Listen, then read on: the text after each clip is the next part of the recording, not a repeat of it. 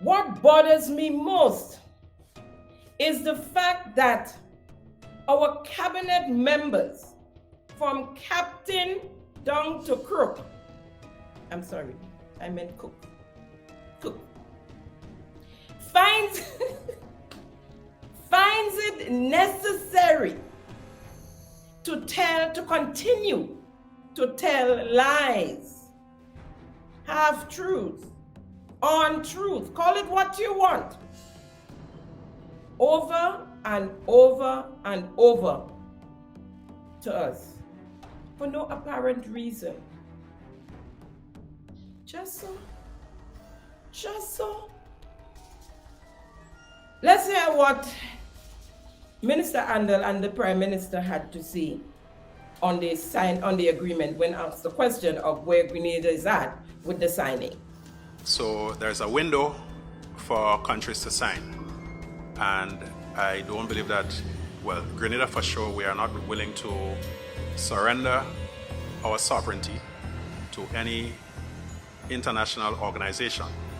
And if there is any part of any proposed agreement that is inconsistent with our constitution and with our values, we'll think very long and hard before entering. I myself have not read the agreement, so I can't tell you whether the agreement says the things that people are saying it says. I suspect at the end of the day, our technocrats and bureaucrats who go through the agreement will best be in a position to tell us exactly what the agreements actually state. But reports indicate that hours before the press conference in St. George's, Grenada's resident ambassador in the Kingdom of Belgium, Raphael Joseph, signed the agreement on behalf of the state. The Prime Minister went on to speak on morality and values. What a crap. Let's hear him. Yes, international agreements are not. Morality and values, to a large extent, defined by the culture of any particular country or any particular region. And so, questions about, certainly the questions raised by the comments of the Archbishop, I think, always good. They're questions for debate. They're questions about what leadership involves or it doesn't involve. But I always want to say, first and foremost, morality is a private issue. That's one. We have to bear that in mind. Two, certainly in the context of the region, we've had separation of church and state a long time ago. And three, from a public perspective, the government deals with law and what's legal or what's not legal. And so we have to be careful that we do not blur the line between private morality and law. And I certainly think from our perspective, the morality of other countries is not something that should be imposed on the morality of other countries. Nor, in my view, should it be tied to aid, because it essentially means other countries are trying to impose either their morality or their public policy on other countries by tying it to aid. So that's not, philosophically, that's not something we support. Our approach is if a country intends to engage in, whether it's grant funding, aid funding, or loans with us, those are commercial matters. And from our perspective, it is commercial terms that should govern them. If you attempt to impose what I would call morality issues into them, then I think certainly from our perspective, we view the two as separate, and it's not likely that this government will simply sign because we need to get some grant funding or some aid funding.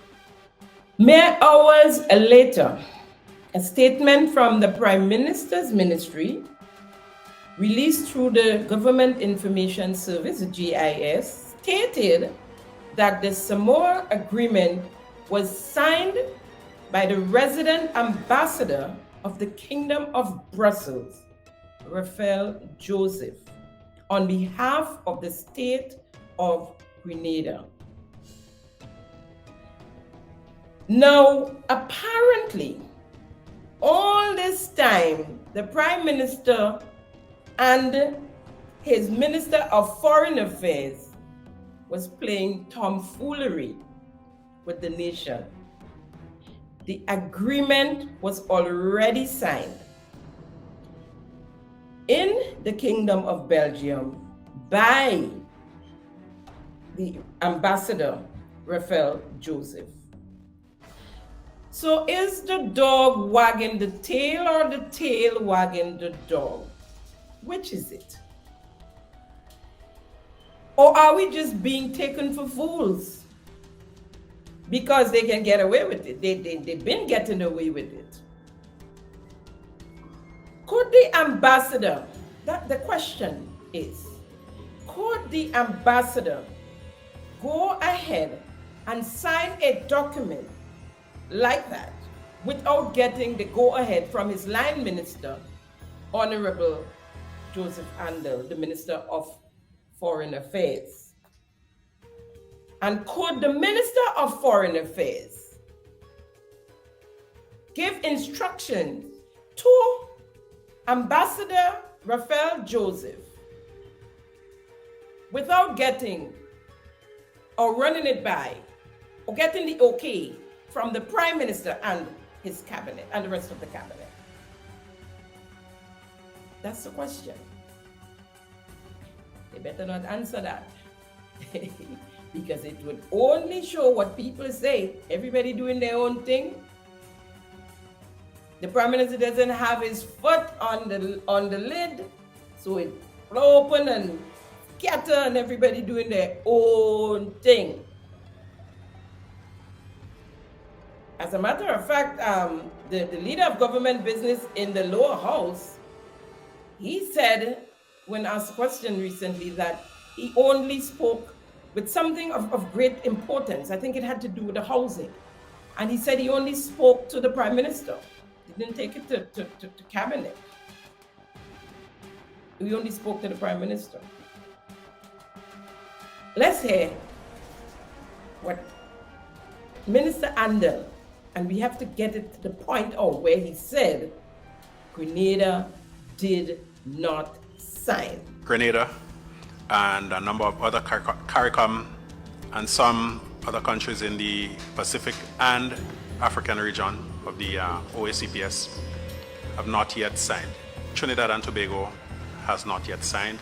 William Shakespeare said, "To thine own self be true."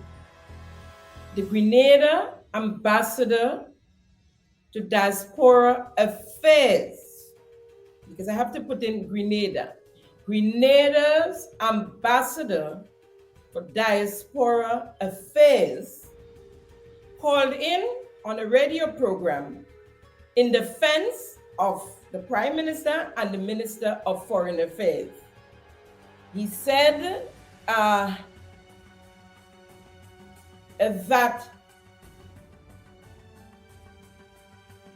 there was a lapse.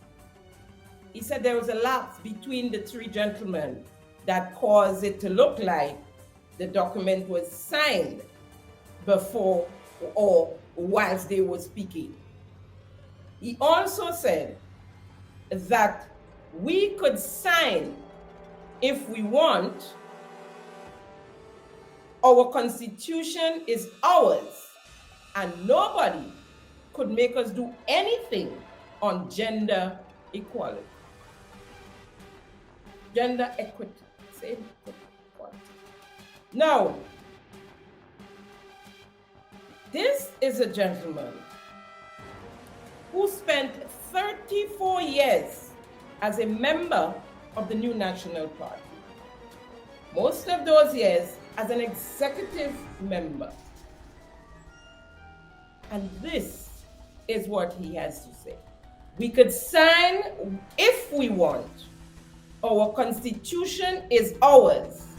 Nobody could make us do anything on gender equity. Well, he turned fufu now. It probably is in the water. It had to be in the water. I have news for you, Mr. Ambassador. If you sign, you have to agree. The agreement said, and I read it before, parties shall. Look up the meaning of the word shall. Countries that sign will be monitored for compliance. Y'all think y'all sign and you're going to just get the money. You have to comply. It's not a joke. It's not child's play. Because I know everything for y'all is child's play. Well, that's what we just get here in our neck of the bush. But you're talking about international, you're talking about European Union. So why sign in the first place if you don't want to comply? Why sign? He also said that there was a time lapse between the press conference and the signing.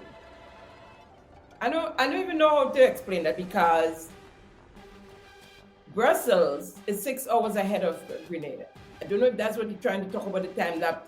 What the time lapse would show is that that document was signed before the press conference and before the Prime Minister and the Minister of Foreign Affairs told us that it was not signed. I just have a little message for the ambassador. You can stop singing now. You can stop singing now. You got the red passport, the one you make the whole of Grenada stop for when you was a member of the NNP. The one that make you leave, because you didn't receive it, make you left the NNP. You grinning from ear to ear everywhere they see you now, because you have the red passport. You cry blood on TV, make the whole of Grenada stop, sit down in front, you say you're unmasking the masked man. We still waited for the unmasking to take place, because you know why? You'd have had to unmask your own self as well.